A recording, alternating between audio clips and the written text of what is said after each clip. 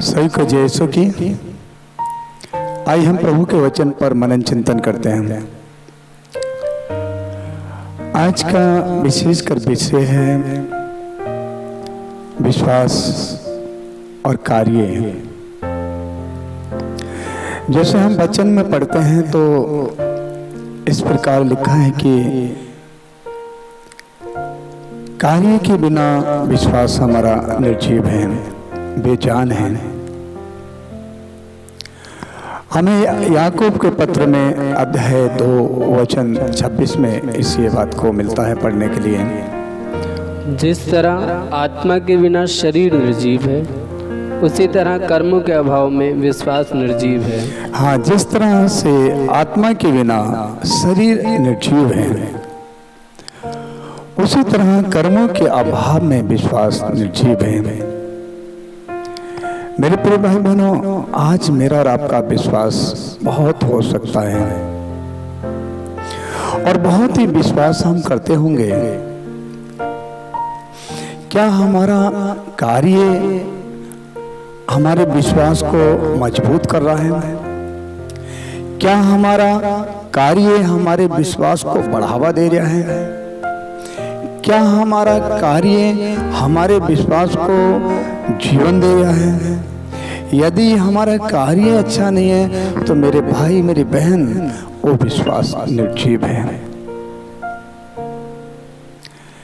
जैसे कि हम आज बाइबल में पढ़ते हैं याकूब उसका 2 अध्याय वचन 13 में,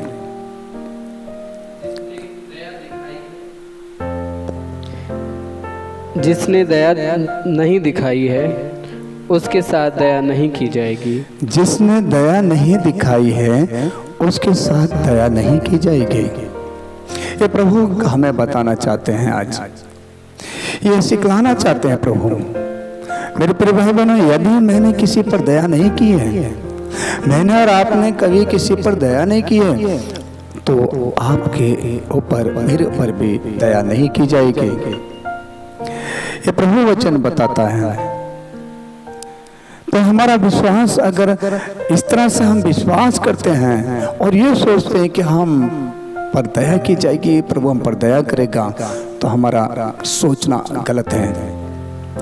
क्योंकि प्रभु वचन बताता है कि जो दया नहीं करेगा उस पर दया नहीं की जाएगी। ये हमारे कार्यों में आता है, ये हमारे कार्यों को दर्शाता है दया करना। तो विश्वास मेरा और आपका क्या हो जाएगा? बेजान हो जाएगा। जैसे कि हम बाइबल में पढ़ते हैं बहुत अच्छा सा इसी वचन को लेके, पिता अब्राहम बहुत ही अच्छे धार्मिक व्यक्ति हैं और वो अपने कर्मों से भी धार्मिक माने गए और विश्वास से भी धार्मिक माने गए। दोनों उनके साथ हैं। इतना बड़ा विश्वास उनका था कि प्रभु ईश्वर उन्हें बार बार यही बोलता था, मैं तुम्हारी संतानों को बढ़ाऊंगा। और काफी समय हो जाता है प्रभु को ये बोलते हुए, लेकिन वो विश्वास करते थे। यदि कार्यों को लेकर चले तो प्रभु परमेश्वर ने उन्हें आवाज दिया, अब्राहम तुम अपने बेटे को ले जाओ और बलि चढ़ाओ। अब्राहम ने वो काम किया, जो प्रभु बोलता था उस काम को किया उन्होंने। क्या मेरे भाई मेरी बहन, मैं जो प्रभु जो कुछ बोलता है मैं और आप करते हैं। यदि नहीं करते हैं तो हमारा विश्वास बेजान है। जैसे कि हम आजकल देखते हैं कि बहुत सारी गाड़ियां चलती हैं। गाड़ी में, हमारी गाड़ी के इंजन में 2 चीजों की जरूरत पड़ती है, पानी और पेट्रोल या डीजल। यदि दोनों में से एक की कमी हो गई है, एक नहीं है, तो गाड़ी रुक जाएगी। पेट्रोल है और पानी नहीं है तो कुछ समय गाड़ी चलेगी और इंजन गर्म होगा और वो गाड़ी रुक जाएगी।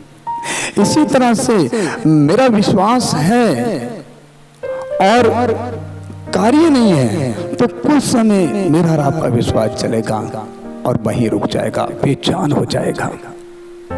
और जिसमें जीवन नहीं होता वो नहीं आगे चल सकता। तो मेरे भाई मेरी बहन, प्रभु का वचन कहता है, यूहन्ना के सुसमाचार अध्याय 3 वचन 16 में बहुत अच्छा वचन है जो हम देखते हैं, बहुत अच्छा वचन है, बार बार हम उसको पढ़ते होंगे। बहुत ही अच्छी क्लियर वचन है। प्रभु ने कितना अपना प्रेम किया है, इस संसार से कितना प्रेम किया है, कितना प्यार किया है कि उसने अपने इकलौते पुत्र को दे दिया। ईश्वर ने संसार को इतना प्यार किया कि उसने उसके लिए अपने एकलौते पुत्र को अर्पित कर दिया, जिससे जो उसमें विश्वास करता है उसका सर्वनाश न हो बल्कि अनंत जीवन प्राप्त करे। जिससे जो उसमें विश्वास करता है उसका सर्वनाश ना हो बल्कि अनंत जीवन प्राप्त करे। मेरे भाई मेरी बहन, आज मेरा विश्वास पक्का है, अनंत जीवन प्राप्त करने का विश्वास है, लेकिन मेरे कार्य भी होना चाहिए। यदि कार्य हमारे नहीं है तो हमारा विश्वास व्यर्थ हो जाएगा, मुझे और आपको अनंत जीवन नहीं मिलेगा। प्रभु आज हमें बताना चाहते हैं, हम लोग इस याकूब के पत्र अध्याय 2 वचन 14 में पढ़ते हैं तो बहुत क्लियर वचन है। प्रभु आज हमें बताना चाहते हैं, सिखलाना चाहते हैं इस बात को कि कर्म और विश्वास दोनों हमारे साथ साथ कार्य करेंगे और प्रभु के राज्य में हम दाखिल हो सकते हैं।